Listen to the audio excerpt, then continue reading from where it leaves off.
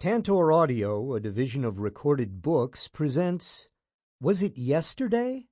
Nostalgia in Contemporary Film and Television. Edited by Matthew Leggatt. Narrated by Patrick Lawlor.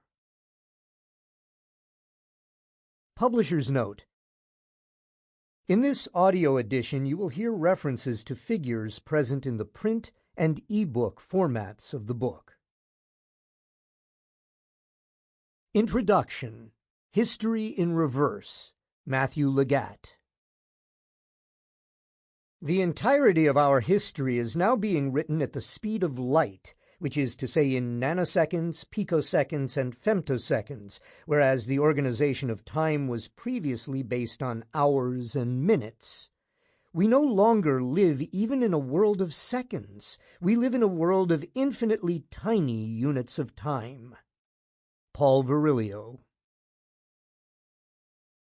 In spring 2018, as I sat down and began to pen ideas for how to open this book, I was suddenly struck by the uncanny symmetry between the worlds of culture and politics that I was inhabiting at that moment. My partner and I had decided to catch up on The Americans, a Joe Weisberg creation then in its sixth and final season. We were on the fourth season. For those who aren't familiar with it, The Americans, an FX television show that first aired back in 2013, follows the exploits of two deep-cover KGB spies, Elizabeth and Philip Jennings, played by Kerry Russell and Matthew Rhys, and their family, as they attempt to navigate the perils of a job that involves numerous undercover operations, all while trying to maintain the appearance of normality in 1980s America. Much of the plot for Season 4 revolves around the couple's attempts to smuggle biological weapons being developed by their U.S. adversaries out of the country and to the Soviet Union. Strange, I thought, given that at that very moment Sergei Skripal, a former Russian counterintelligence operative for the UK government, and his daughter Yulia lay recovering in a hospital some weeks after they had been the target of an attempted murder by shadowy figures in the Kremlin, or so the UK government insisted. That this attack had happened in Salisbury, England, using a military-grade nerve agent in broad daylight some 50 miles away from my quiet hometown on the south coast of England, was like something out of a fictional realm. The event, which dominated the UK media for about a week before disappearing, will no doubt be little more than a footnote by the time you hear this. Like so many similar political instances, these events demonstrate the increasing ephemerality of the public memory. As Virilio suggests, history is being written at the speed of light. How could one possibly remember? There were more uncanny similarities to be observed. As Ronald Reagan's rosy cheeks appeared on the television screen in Season 4, Episode 5, giving his March 1983 Strategic Defense Initiative speech, the family in The Americans are often shown gathered round watching the 40th President of the United States address the nation. I was reminded that a Reagan-like imposter currently occupied the White House. In the run-up to the 2016 presidential election, I was struck by Donald Trump's boast in the debates that his corporate tax cuts would be the biggest since Reagan's. Reagan's economic policies may have boosted the economy, but that never translated into increased wages. Figures from the Economic Policy Institute show that the 1980s marked a period in which productivity grew rapidly, but wage growth was stagnant. Indeed, the structural changes to the U.S. economy in the 1980s under Reagan are often cited as the beginning of the neoliberal stripping of wealth from hardworking citizens. Yet Donald Trump's Ronald Reagan was reconfigured, at least in his rhetoric, as a hero of the working class. History was not just being written, but rather rewritten. This is a book about history, or rather, this is a book about time. More specifically, time travel. One might even go as far as to call this a science fiction text. It is no coincidence that cinema has often been called a time machine. While on the international political stage, nostalgia has been wreaking havoc, movies with their action set in other time periods have been booming at the box office. Of the 9 Best Picture Oscar winners between 2011 and 2019, The King's Speech, The Artist, Argo, 12 Years a Slave, Birdman, Spotlight, Moonlight, The Shape of Water, and Green Book, only one was set in the present. Even that movie, Birdman, was a story about memory. Protagonist Riggins's, Michael Keaton's, career is defined by his early role as Birdman, mimicking Keaton's own role as Batman in the late 1980s and early 1990s, and the movie centers on his struggle to escape his past and reinvent himself as a serious actor. Not to say that all of these movies are explicitly about nostalgia, but they do seem to speak of our obsession with the past. If we take Green Book, for example, it is difficult to argue that the movie encourages a longing for the 1960s, given its depiction of the racism and homophobia encountered by Dr. Donald Shirley, Mahershala Ali. But the use of the iconic 1962 Cadillac driven by Tony Lip, Viggo Mortensen, does lend an air of romance to the road trip that is the subject of the movie. Such films often seem to appeal through what one might call the texture of the past. Rather than operate on the narrative level, nostalgia is evoked via the aestheticization of the period setting to which the viewer is transported.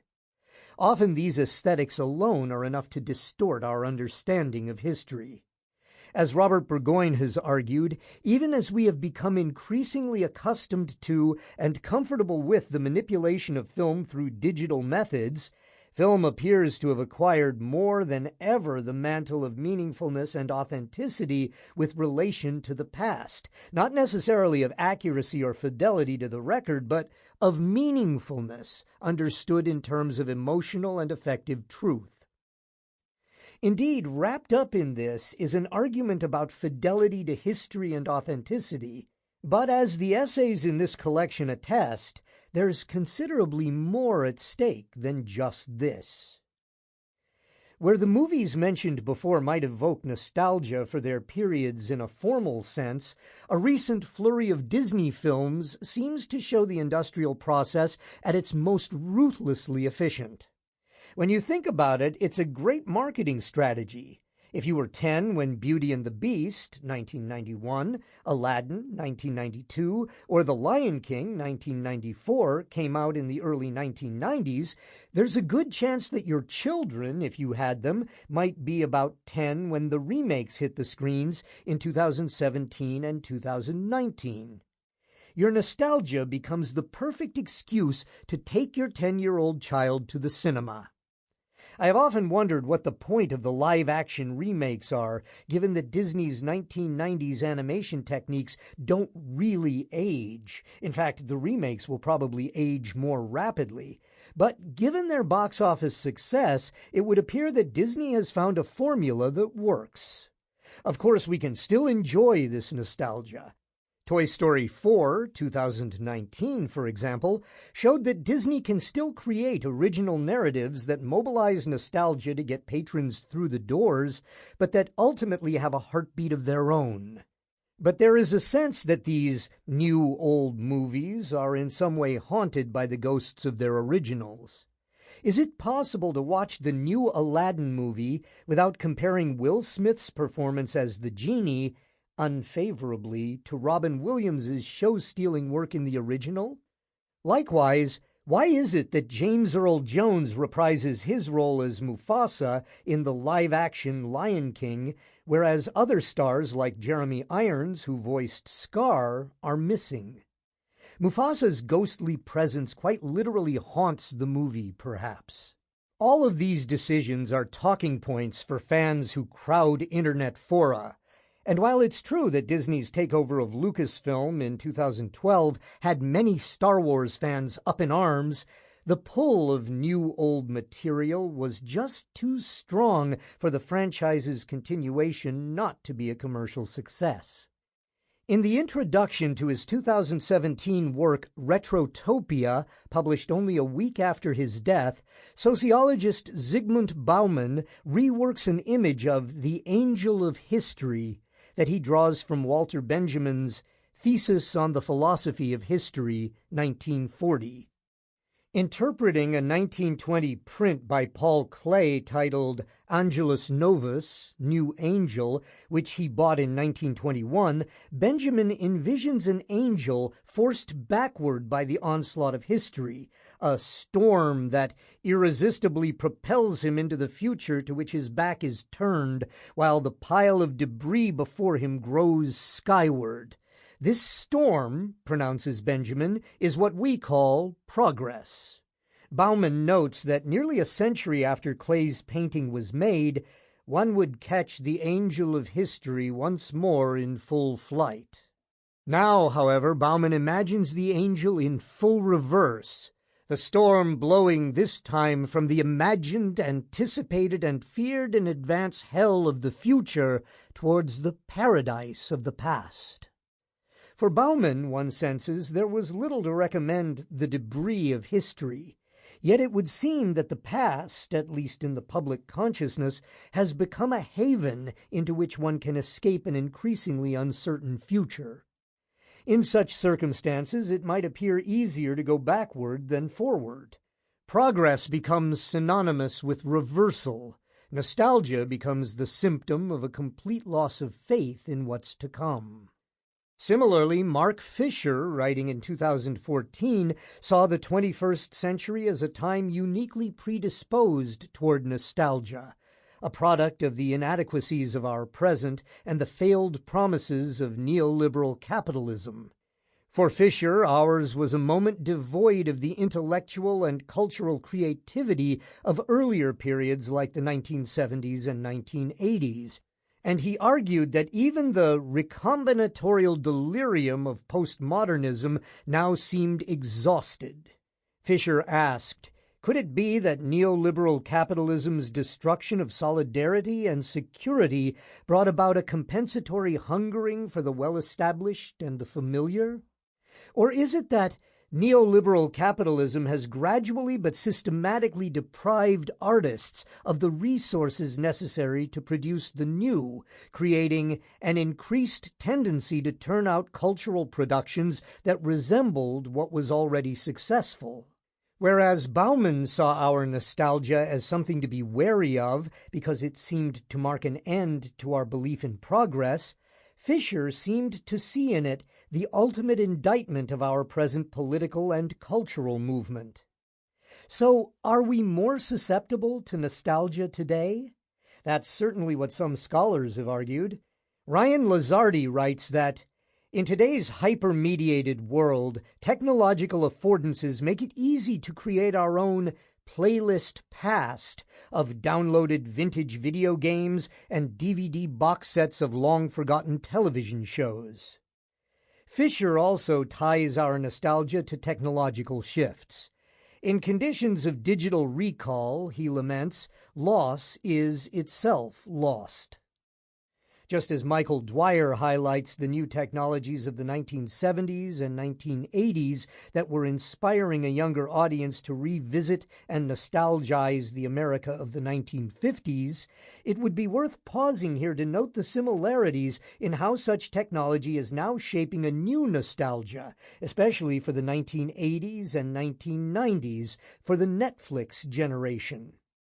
An increase in scholarly interest in this area, as demonstrated in the recently published Netflix Nostalgia, Streaming the Past on Demand, edited by Catherine Pallister, suggests that there is something specific to today's media platforms that have encouraged this move toward a nostalgic culture, and with it, a nostalgic politics.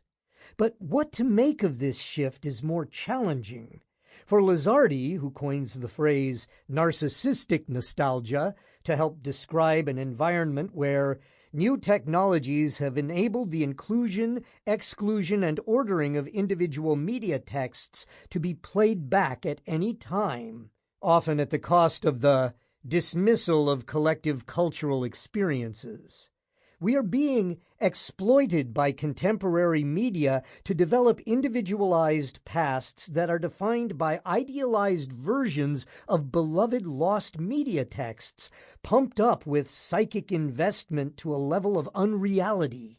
Thus, nostalgia, particularly when considered as an industry tool, becomes a highly conservative force. Rather than bring us closer to our past, it has a tendency to erase certain histories, often the marginal, replacing these with a cathartic, whitewashed, and sanitized simulacrum that can be used to escape from a collective guilt and responsibility for today's political confrontations. Christine Sprengler, on the other hand, sees a debate between good and bad nostalgia as ultimately somewhat fruitless, because the tendency to assess nostalgia on the basis of its object informs nearly all attempts to evaluate it. Sprengler highlights the changing fortunes of nostalgia in academic criticism over recent decades. In the 1980s and 1990s, she argues, Reagan's use of nostalgia made it difficult for anyone but staunch Republicans to find value in it. One might note Frederick Jameson as the cultural theorist most associated with this more pessimistic understanding of the role of nostalgia in the cultural and political sphere. At the beginning of the 21st century, however, Sprengler notes a shift toward a new, more optimistic engagement with nostalgia in scholarship. She cites Grange, Moran, McDermott, Cook, and Cashman as figures who re-evaluated nostalgia during this period. Another more recent example might be Gilad Padva, whose 2014 book Queer Nostalgia offers an important contribution to the field.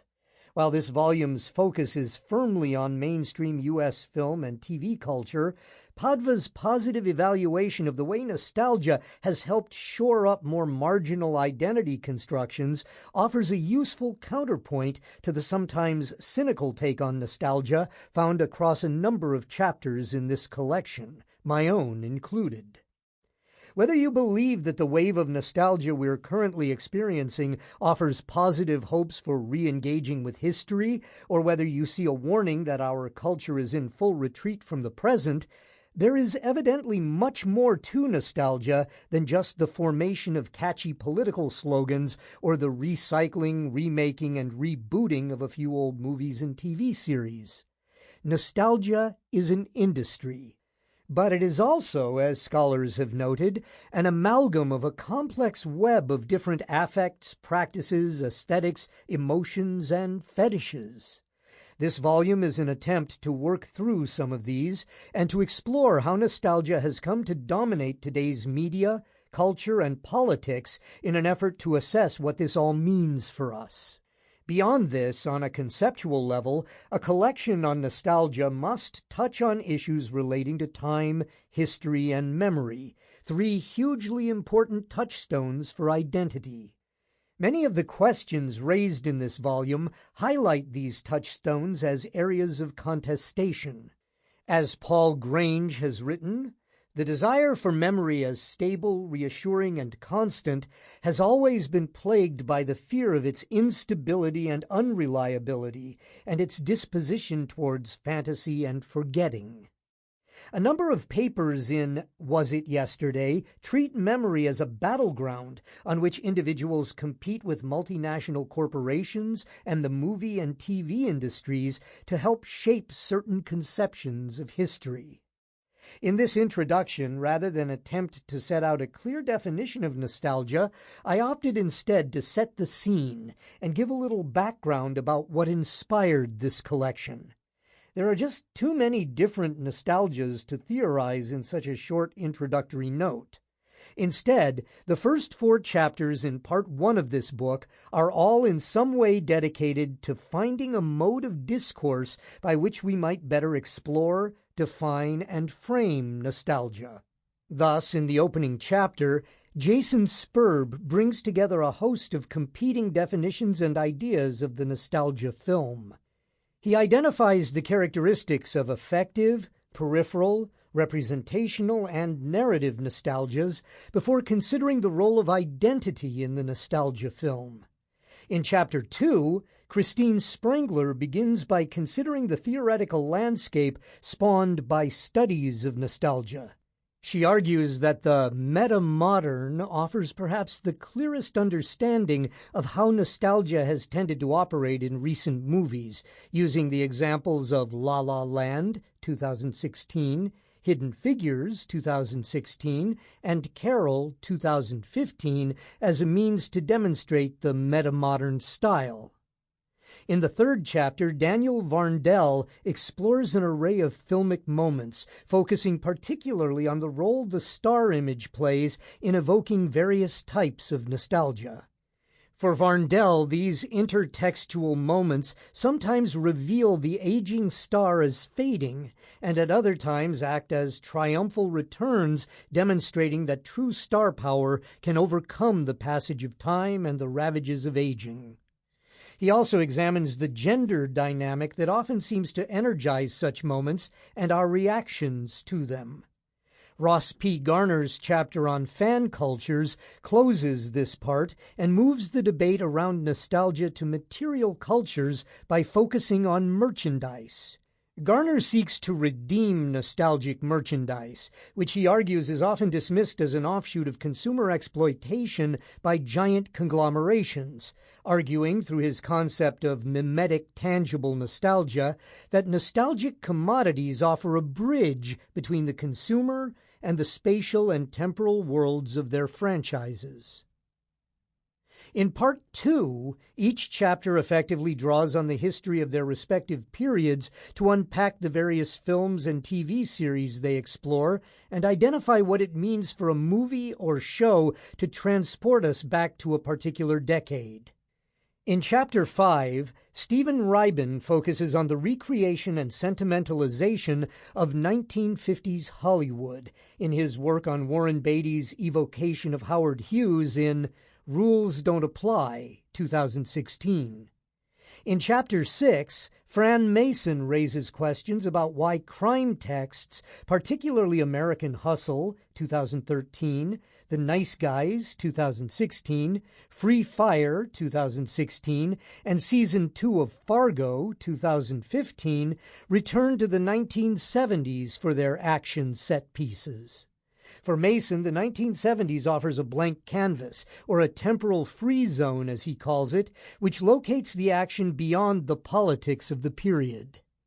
Next, in Chapter 7, Justin Wyatt considers nostalgia from an industry perspective, exploring the different formulas by which nostalgia can be successfully and unsuccessfully marketed to today's audience through the musical reboots of Fame, 2009, Footloose, 2011, and Grease Live, 2016, which have their roots in the late 70s and early to mid-1980s. In Chapter 8, Tracy Mollett goes home to the 1980s in her exploration of Stranger Things. She explores how the show applies the values of today to the America of the 1980s to correct the politics of the period, thus testing the meaning of the idea of going home, both in terms of the show's focus on a missing child wanting to return home, and for the viewers whose nostalgia means that the 1980s feels like going home. Part 3, which contains chapters centered more explicitly on the political implications of nostalgia, opens with Vera Dika's examination of the dialogue between Jordan Peele's 2017 Oscar-winning hit Get Out and its horror sources. Like those works identified in her earlier and crucial book on nostalgia, Recycled Culture in Contemporary Art and Film, Dika's chapter locates a spirited resistance to the nostalgia of our times in Peele's glances backward in Get Out. Dika argues that for Peele, the use of intertextual references, which might evoke nostalgia on their own, together expose the codes of the horror movie and reconfigure history itself as horrific rather than nostalgic. In Chapter 10, I tackle a different genre by exploring science fiction and nostalgia in Steven Spielberg's Ready Player One, 2018. I use the film as a basis to explore how nostalgia often depoliticizes the past, and thus produces conservative rather than radical texts, even those that might otherwise use progressive ideas and technology in their explorations of the future. In opposition to this, Christina Wilkins explores HBO's Westworld 2016 series in Chapter 11, offering a more upbeat conclusion by arguing that nostalgia in the show operates as a progressive rather than conservative force because it brings about self-actualization. Chapter 12 by Ian Peters follows some of the lines of inquiry put out by this introduction in its analysis of the role that the Cold War has played in television series after September 11, 2001, focusing on The Americans, Deutschland 83, 2015, and Deutschland 86, 2018. Peters shows how different nations, depending on their cultural history, respond differently to Cold War nostalgia deployed in the face of uncertain times and uncertain threats in the 21st century. The final part of the collection contains two essays that stand apart from the others in seeing the contemporary period as no more or less nostalgic than earlier times in film history. Murray Pomerantz offers a personal account of his own nostalgia for a number of films, particularly The Graduate, 1967, to consider the generational nature of nostalgia. He argues that nostalgia films of today often get the past wrong, and he considers how memory operates. In a final flourish, William Rothman argues that nostalgia ain't what it used to be, questioning the premise of the collection as a whole and arguing that today Americans spend less time living in the past than they have historically, highlighting the movies of the 1940s and 1950s as offering overwhelmingly nostalgic experiences. In doing so, he questions whether the films of today could ever be nostalgic objects for future generations in the same way. Let me finish this introduction by thinking again about nostalgia in a personal sense. In Italo Calvino's wonderful little novella Invisible Cities, Marco Polo tells the inquisitive Kublai Khan of a city he encountered on his travels around the Khan's empire. In Maurelia, the traveler is invited to visit the city and, at the same time, to examine some old postcards that show it as it used to be, the same identical square with a hen in the place of the bus station, a bandstand in the place of the overpass, two young ladies with white parasols in the place of the munitions factory. If the traveler does not wish to disappoint the inhabitants, he must praise the postcard city and prefer it to the present one, though he must be careful to contain his regret at the changes within definite limits, admitting that the magnificence and prosperity of the metropolis Maurelia, when compared to the old provincial Maurelia, cannot compensate for a certain lost grace, which, however, can be appreciated only now in the old postcards, whereas before, when the provincial Maurelia was before one's eyes, one saw absolutely nothing graceful, and would see it even less today if Maurelia had remained unchanged. And in any case, the metropolis has the added attraction that, through what it has become, one can look back with nostalgia at what it was. In this passage, Polo neatly illustrates the value of nostalgia, its power to allow us to reevaluate the present, and its dangers. Indeed, as Polo intimates, one must be careful with nostalgia.